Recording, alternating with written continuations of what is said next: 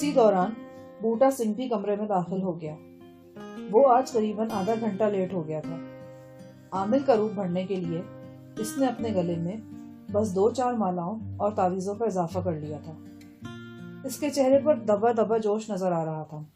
میں سمجھ گیا کہ کوئی خاص خبر ہے۔ اطمینان سے بیٹھنے کے بعد اس نے کہنا شروع کیا، آج میں نے چھوٹے نواب کی والدہ سے کہا ہے کہ میں آپ سے اکیلے میں بات کرنا چاہتا ہوں۔ وہ مجھے ایک تنگ برآمدے سے گزار کر ایک کھلے ڈولے کمرے میں لے گئی۔ میں نے اس سے کہا کہ وہ بیٹے کا بیاہ کر دے اور اسی کڑی سے کرے جس سے اس کی منگنی ہوئی ہے۔ میں نے کہا کہ ان دونوں کے ستارے ملتے ہیں اور ان کے ملنے سے چھوٹے نواب کی صحت پر بڑا چنگا اثر پڑے گا۔ مائی کا چہرہ اتر گیا، ایک دم سوچ میں پڑ گئی۔ کہنے لگی، گرو جی آپ بڑی گہری نظر والے ہیں، جو ہم نہیں دیکھ سکتے آپ وہ بھی دیکھ لیتے ہیں، اس لیے میں آپ کو ایک بڑی خاص بات بتانا چاہتی ہوں۔ گرو جی بات یہ ہے کہ میرا بیٹا ایک لڑکی کو پسند کرتا تھا، وہ بھی اس کو دل و جان سے چاہنے لگی تھی۔ میں ان دونوں کی محبت کی گواہ ہوں۔ وہ لڑکی ہمارے ملازم عبداللہ کی اکلوتی بیٹی ہے۔ عبداللہ ہماری زمینوں کی پیداوار کا حساب کتاب رکھتا ہے اور بڑا وفادار ملازم ہے۔ اس کی بیٹی کا نام جمیلہ ہے۔ وہ 12 جماعت پاس ہے اور خوبصورت بھی ہے۔ بے شک وہ ہمارے ملازم کی بیٹی ہے اور ہمارا جوڑ نہیں، لیکن اس کے سوا اس میں کوئی خرابی نہیں۔ حد درجے اس کی سلیقہ مند، سمجھدار اور پیاری لڑکی ہے، اور سب سے بڑھ کر یہ کہ میرا بیٹا بھی اسے پسند کرتا ہے۔ میرا تو یہ سوچ کر دل ہول جاتا ہے کہ کہیں میرے بیٹے کی وجہ سے اس کا دل نہ دکھ جائے۔ میں نے کہا، بیگم جی میں نے تو جو کچھ ستاروں کے حساب سے دیکھا تھا وہ آپ کو بتا دیا، آگے اب آپ کی منشا ہے۔ ایسے میرا خیال ہے کہ مائی اب اس بارے میں سوچ وچار ضرور کرے گی۔ بوٹا سنگھ نے اپنا طویل بیان ختم کیا اور حسب عادت دانتوں کی درمیانی درز سے تھوک کی پچکاری نکال کر اپنے میلے میلے پاؤں کھجانے لگا۔ میں نے اس سے پوچھا، بوٹے تمہارا اپنا کیا خیال ہے فیروز جنگ کے بارے میں؟ میرا مطلب ہے کہ وہ جمیلہ سے شادی کرنا بھی چاہتا ہے یا نہیں؟ بوٹا نے کہا، لگتا ہے کہ وہ بھی چکر میں پڑا ہوا ہے، کبھی ایک طرف کی بات سوچتا ہے تو کبھی دوسری طرف کی۔ میرا خیال ہے کہ اگر وہ جرت کی بات کرے تو اس کی شادی اس کی مرضی سے ہو سکتی ہے۔ ہم کافی دیر حویلی کے مکینوں کے بارے میں باتیں کرتے رہے، پھر سونے کے لیے لیٹ گئے۔ میں سینے کی درد کی دوا اپنے ساتھ لایا تھا اور باقاعدگی سے کھا رہا تھا۔ یہی وجہ تھی کہ افاقہ تھا، لیکن پھر بھی جب دن بھر کی مصروفیات ختم ہوتی اور رات کو سونے کے لیے لیٹتا تو اندازہ ہوتا کہ دائیں جانب کے نیچے درد، پسلیوں کے نیچے درد، اور درد کی وجہ اپنی جگہ موجود ہے۔ اگلی شب جب بوٹا سنگھ جھاڑ پھونک کے لیے گیا ہوا تھا اور میں اپنے کمرے میں بیٹھا ایک ہندی اخبار کی وقت گرانی کر رہا تھا، مجھے پھر محسوس ہوا کہ کھڑکی کے پاس کوئی موجود ہے۔ آج کھڑکی کے پٹ کھلے تھے اور یقینی بات تھی کہ باہر سے اندر کا منظر واضح نظر آ رہا تھا۔ میں اپنی جگہ سے اٹھا اور کھڑکی میں آن کھڑا ہوا۔ تھوڑے فاصلے پر ایک لڑکی نظر آئی۔ مجھے کھڑکی میں دیکھ کر اس نے ایک دم رخ پھیر لیا اور اپنے کام میں مصروف نظر آنے لگی۔ اس نے قریبی درختوں اور پھولدار جھاڑیوں پر سوکھنے کے لیے ڈالے گئے بہت سے کپڑے ایک ڈھیر کی صورت میں جمع کر کے گھاس پر رکھے تھے اور اب ان کی گٹھری باندھنے کی کوشش کر رہی تھی۔ یقیناً وہ انہی سرونٹ کوارٹرز میں رہنے والی کوئی لڑکی تھی۔ مجھے شک گزرا کہ اس سے پہلے بھی وہی کھڑکی کے گرد منڈلاتی رہی تھی۔ میں کمرے سے نکلا اور ایک چھوٹا سا چکر کاٹ کر سرونٹ کوارٹر کے عقب میں جا پہنچا۔ لڑکی نے اب گٹھری باندھ لی تھی اور جانے کے لیے تیار تھی۔ مجھے دیکھ کر وہ رک گئی۔ نیند تاریکی میں اس کی صورت ٹھیک سے نظر نہیں آتی تھی، تاہم سراپا دلکش تھا۔ وہ چوڑی دار پاجامہ اور کرتا پہنے ہوئے تھی۔ سر پر سوتی اوڑھنی تھی جس نے اس کا نصف سے زائد چہرہ چھپا رکھا تھا۔ اوڑھنی کی سفید جھالر کھڑکی سے نظر آنے والی روشنی میں چمک رہی تھی۔ اس نے مجھے دیکھ کر سر پر آنچل درست کیا تو کلائیوں میں بلوری چوڑیاں کھنک اٹھیں۔ السلام علیکم جی۔ اس نے ماتھے پر ہاتھ لے جا کر مجھے سلام کیا۔ وعلیکم السلام۔ کہاں سے آئی ہو تم؟ ہم آپ کے مکان سے 3 مکان چھوڑ کر رہتے ہیں۔ دوپہر کو کپڑے سوکھنے کے لیے ڈالے تھے، وہی سمیٹنے آئی ہوں۔ اب وہ سیدھی کھڑی تھی اور براہ راست میری طرف دیکھ رہی تھی۔ وہ ایک خوبصورت لڑکی تھی۔ اس کے کانوں میں چاندی کی حیدرآبادی چکریاں چمک رہی تھیں۔ مجھے یوں لگا جیسے وہ میرے خد و خال میں کچھ ڈھونڈنے کی کوشش کر رہی ہے۔ کیا دیکھ رہی ہو؟ وہ ذرا جھجک کر بولی، آپ پاکستان سے آئے ہیں نا؟ تم کیسے جانتی ہو؟ میں ٹھٹک گیا۔ میرا خیال ہے میں اور بھی بہت کچھ جانتی ہوں۔ ساہیوال کے آس پاس ایک قصبہ جل کوٹ ہے، آپ وہاں کے رہنے والے ہیں۔ آپ کے والد کا نام وقار احمد تھا اور وہ قصبے کے بچوں سے بہت پیار کرتے تھے۔ میں حیرت زدہ نظروں سے اس کی طرف دیکھ رہا تھا۔ وہ میری حیرتوں میں اضافہ کرتی ہوئی بولی، آپ کی ایک چھوٹی سی پیاری سی بہن بھی تھی، مجھے اس کا نام یاد نہیں، ایک آپ کی چچا زاد بہن تھی، اس کا نام غزالہ تھا، ہم دونوں ایک ہی اسکول اور کلاس میں پڑھتی تھیں۔ اب اس بات میں شک و شبے کی کوئی گنجائش نہیں تھی کہ اس لڑکی کا تعلق بھی جل کوٹ سے رہا ہے۔ میں بڑے دھیان سے اس کا چہرہ دیکھنے لگا۔ مجھے رانی کہتے ہیں۔ شروع میں ہم بھی جل کوٹ میں رہتے تھے، لیکن وہاں ہمارا کوئی اور رشتہ دار نہیں تھا، سب لوگ یہاں ہندوستان میں تھے، صرف میں اور ابا جی پاکستان میں تھے۔ جلدی ہم بھی یہاں ہندوستان آ گئے۔ اب مجھے اس لڑکی کے خد و خال میں جان پہچان کی ایک جھلک سی نظر آنے لگی۔ تصور کے پردے پر ایک بہت دھندلی سی شبیہ ابھری۔ غالباً یہ لڑکی جل کوٹ میں ہمارے محلے ہی کی رہنے والی تھی۔ مجھے اس کا نام یاد تھا اور نہ شکل و صورت، بس ایک القاء سا ہو گیا تھا کہ ماضی کے شب و روز میں اس چہرے کو کہیں دیکھتا رہا ہوں۔ حیرانی ہے کہ اتنے عرصے بعد بھی تم نے مجھے پہچان لیا۔ میں نے 3-4 روز پہلے آپ کو حویلی میں دیکھا تھا اور اسی دن مجھے شک ہو گیا تھا کہ آپ انکل وقار کے بیٹے ہیں۔ مجھے آپ کا نام یاد نہیں آ رہا تھا، لیکن کل ذہن پر زور دیا تو نام بھی یاد آ گیا۔ آپ کا نام شاہ جہان ہے نا؟ میں نے مسکرا کر اس بات میں جواب دیا۔ میرے ابا جی کا نام عبداللہ ہے، وہ جل کوٹ کے ہائی اسکول میں پڑھاتے تھے، یہاں وہ نواب صاحب کی زمینوں کا حساب وغیرہ رکھتے ہیں۔ عبداللہ کا نام سن کر میں چونکا۔ رانی تمہارا اصل نام ہے؟ رانی مجھے گھر میں کہتے ہیں، اصل نام جمیلہ ہے۔ میں ٹھٹک کر اس کی طرف دیکھنے لگا۔ تو یہ تھی وہ لڑکی جس نے اس حویلی کی 4 دیواری میں ایک طوفان کو جنم دیا تھا۔ وہ ایک پرکشش لڑکی تھی، اس کے حسن میں ایک دل موہ لینے والی سادگی اور سوگواری تھی۔ ایک دھیمی دھیمی اداسی اس کے سراپے سے پھوٹتی تھی اور دیکھنے والے کے دل میں ایک گداز جگہ دیتی تھی۔ واقعی وہ اس قابل تھی کہ اسے کوئی دل والا دل و جان سے چاہے۔ میں نے کہا، دل چاہتا ہے کہ تم سے اور تمہارے ابا جی سے بہت سی باتیں کی جائیں۔ اس وقت کہاں ہیں تمہارے ابا جی؟ وہ گھر میں ہی ہیں۔ اور کون ہے گھر میں؟ میری دادی اماں ہے، بہت بوڑھی ہے بیچاری۔ میں تمہارے ابا جی سے مل سکتا ہوں؟ کیوں نہیں، اس نے کہا اور مجھے ساتھ لے کر اپنے گھر آ گئی۔ کپڑوں کی وزنی گٹھری کو ایک طرف سے میں نے اور دوسری طرف سے جمیلہ نے تھام رکھا تھا۔ گھر کے برآمدے میں اس کے والد سے ملاقات ہوئی۔ کھچڑی بالوں اور موٹے شیشوں کی اینک والا وہ ایک بے حد خاموش طبع شخص تھا۔ وہ مجھے خوش اخلاقی سے ملا اور پھر میرے بارے میں جان کر حیران بھی بہت ہوا۔ اس سے باتیں کرنے کے بعد مجھے بھی یاد آ گیا کہ میں اس شخص کو جل کوٹ میں دیکھ چکا ہوں۔ جمیلہ نے مجھ سے جل کوٹ کے باسیوں کے بارے میں سوالات کیے۔ وہ خاص طور پر غزالہ کے بارے میں جاننا چاہتی تھی۔ میں نے یہ کہہ کر بات ٹال دی کہ وہ لوگ کافی عرصہ پہلے لاہور چلے گئے تھے اور چونکہ دونوں گھرانوں کے تعلقات اتنے اچھے نہیں رہے تھے، لہٰذا مجھے اس کے بارے میں کچھ علم نہیں۔ مختصر گفتگو کے بعد میں واپس آ گیا کیونکہ چاچے عبداللہ کو بڑے نواب صاحب کی طرف بلاوا آیا تھا اور وہ ایک موٹا رجسٹر سنبھالے حویلی جانے کو تیار بیٹھے تھے۔ اگلے روز شام کو میں چاچے عبداللہ سے ملنے پھر ان کے گھر جا پہنچا۔ معلوم ہوا کہ عبداللہ گھر میں نہیں ہے۔ اسے نواب صاحب نے کل رات ہی حیدرآباد بھیج دیا تھا، وہاں سے اس کی واپسی کل شام متوقع تھی۔ گھر میں جمیلہ اور اس کی دادی کے سوا کوئی نہ تھا۔ میں نے واپس آنا چاہا لیکن جمیلہ نے زبردستی بٹھا لیا اور چائے کا اہتمام کر ڈالا۔ اس سے گفتگو کرنا ایک اچھا تجربہ تھا۔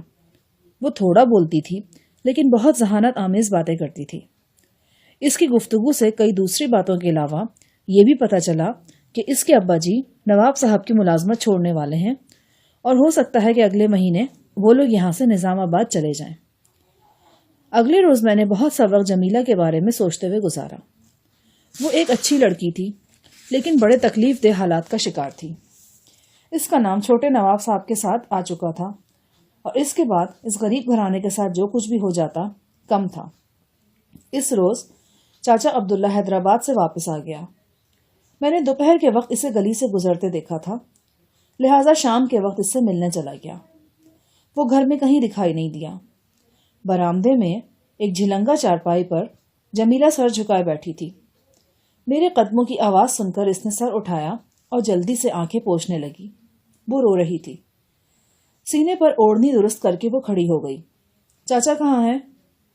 وہ آج دوپہر کو آئے تھے، 2-3 گھنٹے رہ کر پھر چلے گئے۔ ابھی تھوڑا سا کام باقی ہے، کہتے تھے کل شام تک آ جاؤں گا۔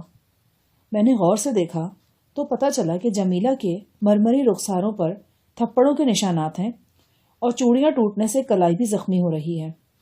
کیا بات ہے جمیلہ؟ کچھ نہیں، میں آپ کے لیے چائے لاتی ہوں۔ نہیں، آج چائے کی طلب نہیں، بس تم بیٹھ جاؤ۔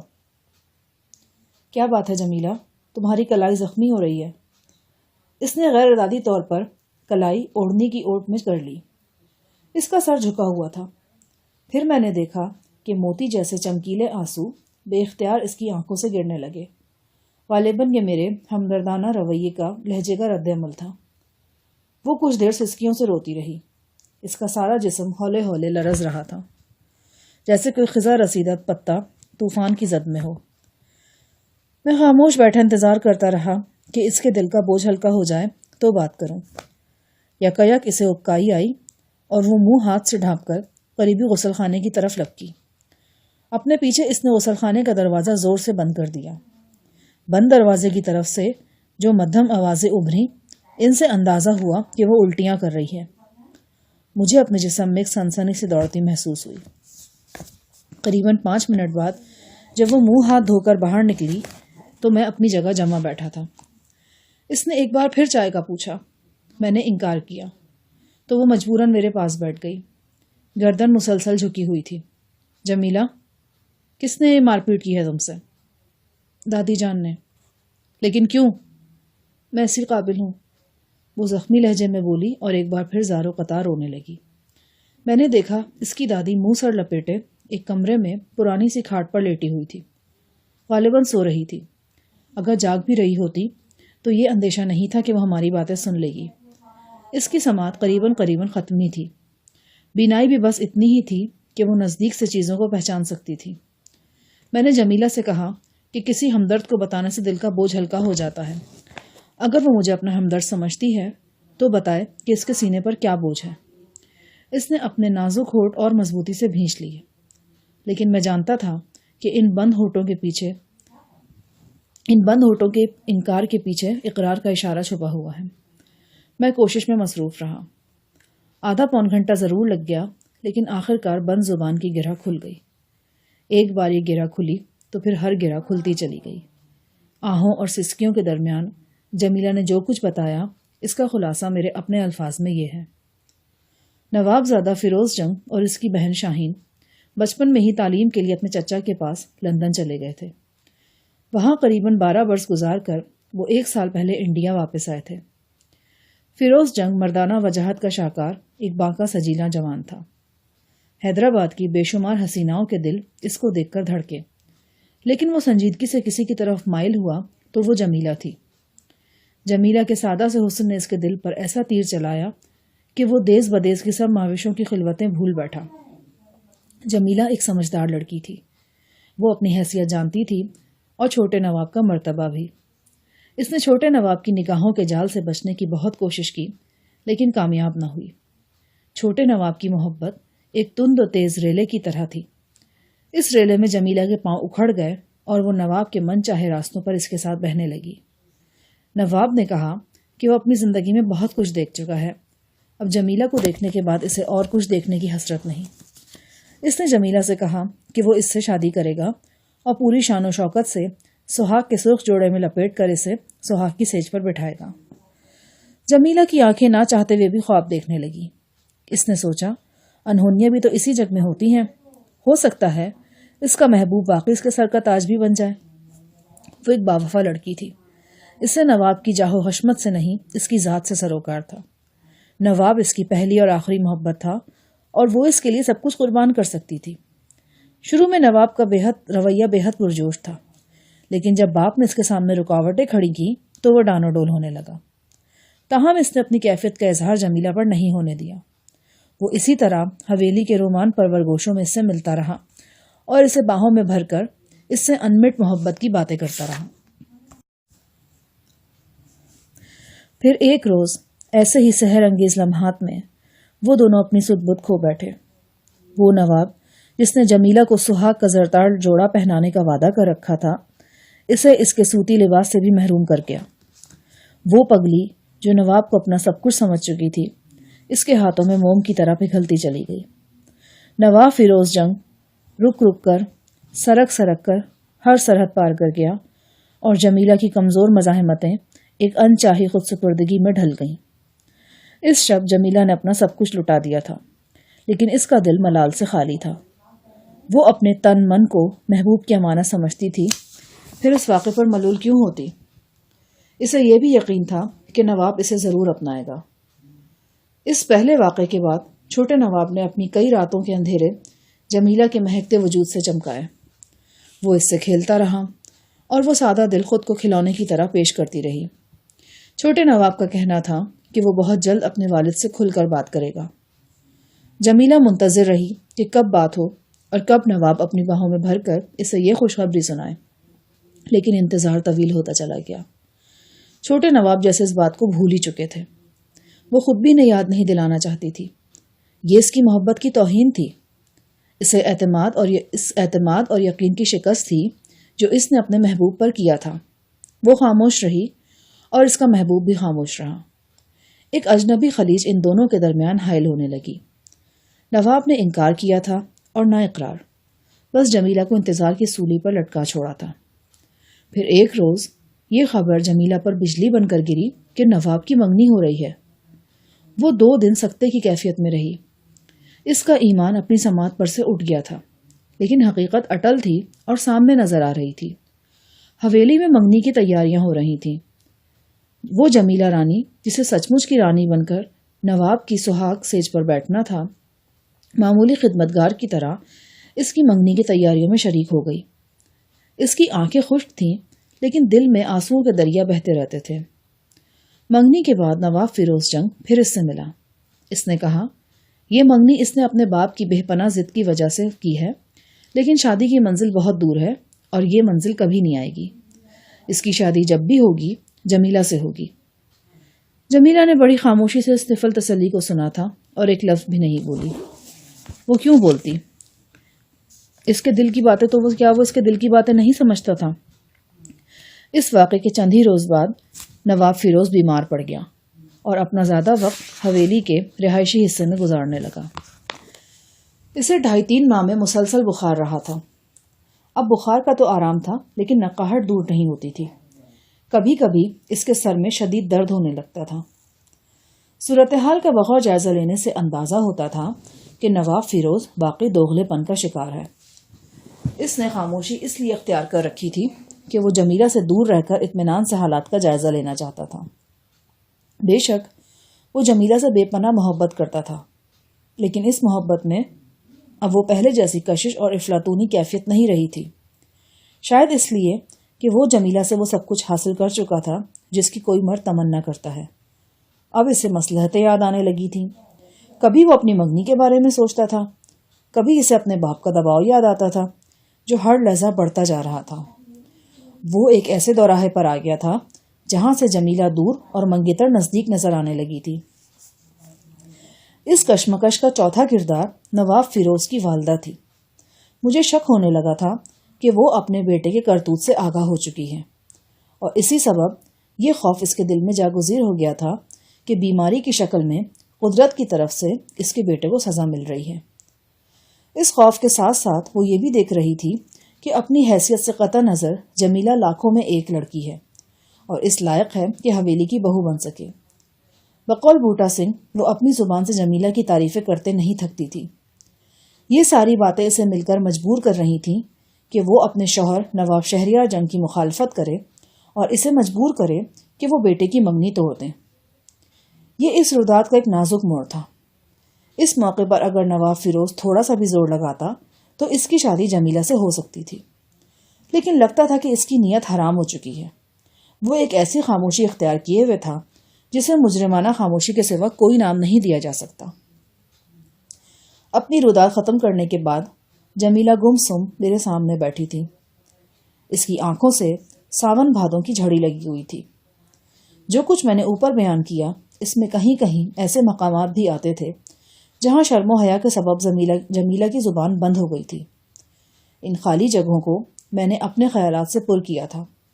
مثلا جمیلہ نے یہ بات نہیں بتائی تھی کہ چھوٹے نواب کی مہربانیوں سے اس کا پاؤں بھاری ہو چکا ہے، لیکن یہ بات اس کے بغیر بتائے ہی میری سمجھ میں آ رہی تھی. آج دادی نے اس سے مار پیٹ بھی اسی لیے کی تھی کہ دادی نے پوتی کے جسم میں ایک نئی زندگی کا سراغ لگا لیا تھا. اب یہ انکشاف جمیلہ کے باپ پر اور دیگر عزیز و اقارب پر ہونے والا تھا. پھر بہت جلد یہ خبر ہر کس و ناقص تک پہنچنے والی تھی. رات قریباً 11 بجے میں دل پر بھاری بوجھ لے کر جمیلہ کے گھر سے واپس اپنے مکان میں آ گیا. یہ نواب شہریار جنگ کی حویلی میں ہمارے قیام کا 7واں روز تھا. میں نے بوٹے سے کہا، یار آج مجھے بھی چھوٹے نواب کے پاس لے چلو، اس کا اتنا ذکر سنا ہے کہ اب دیکھنے کو دل چاہ رہا ہے.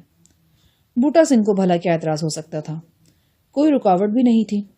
وہ مجھے اپنے چیلے یا خدمتگار کی حیثیت سے ساتھ لے جا سکتا تھا. ہم دونوں تیار ہو گئے. میرے دل میں ہلچل سی مچی ہوئی تھی. میں چاہتا تھا کہ چھوٹے نواب کو دیکھتے ہی سارے اندیشے بھول کر اس کا گریبان تھام لوں، اسے زور سے جھنجھوڑوں اور پوچھوں کہ وہ ایسی خاموشی کیوں اختیار کیے ہوئے ہے جو ایک معصوم لڑکی کی زندگی کو برباد کرنے والی ہے. شام کے بعد میں اور بوٹا سنگھ اپنے کوارٹر نما مکان سے نکلے اور حویلی کے رہائشی حصے کی طرف چل دیے. ابھی ہم نے نصف احاطہ ہی طے کیا تھا کہ باجے گاجے کی آوازیں آئیں.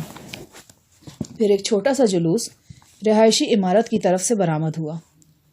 جلوس میں شریک مرد و زن نے رنگ برنگے کپڑے پہنے ہوئے تھے. سب سے آگے جوان خدمتگاروں کی 2 قطاریں تھیں. ان خدمتگاروں نے مٹی کے بہت سے گھڑے اٹھا رکھے تھے. ان گھڑوں پر رنگوں سے خوبصورت نقش و نگار بنائے گئے تھے.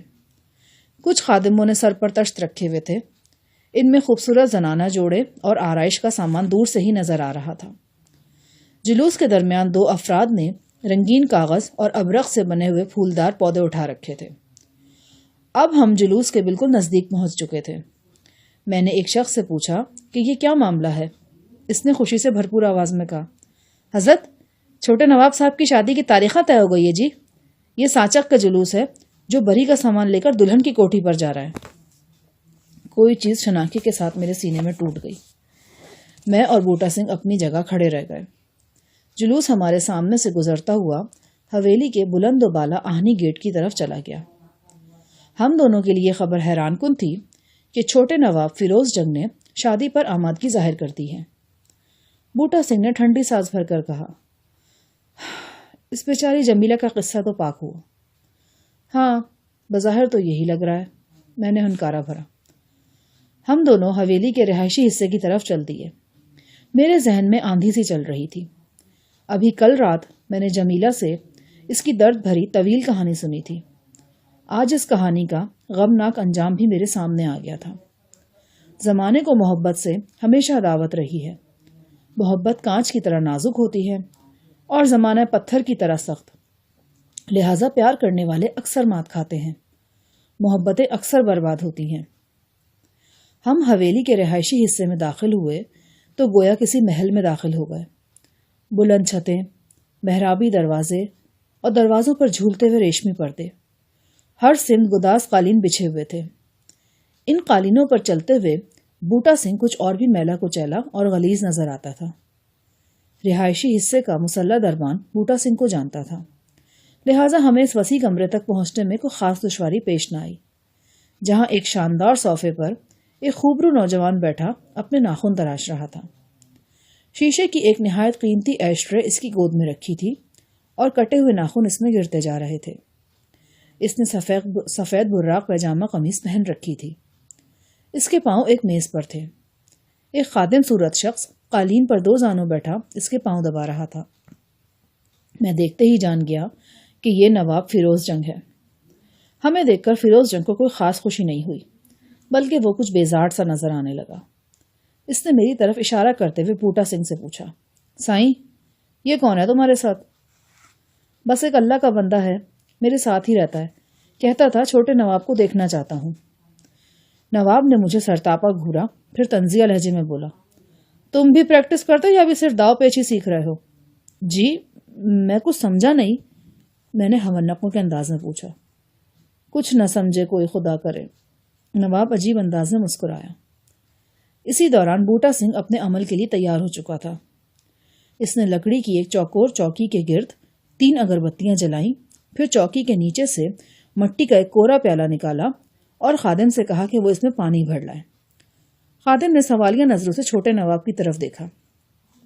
چھوٹے نواب کی بیزاری اب عروج پر نظر آ رہی تھی۔ اگربتیوں کے دھوئیں نے اس کے برہم مزاج کو مزید برہم کر دیا۔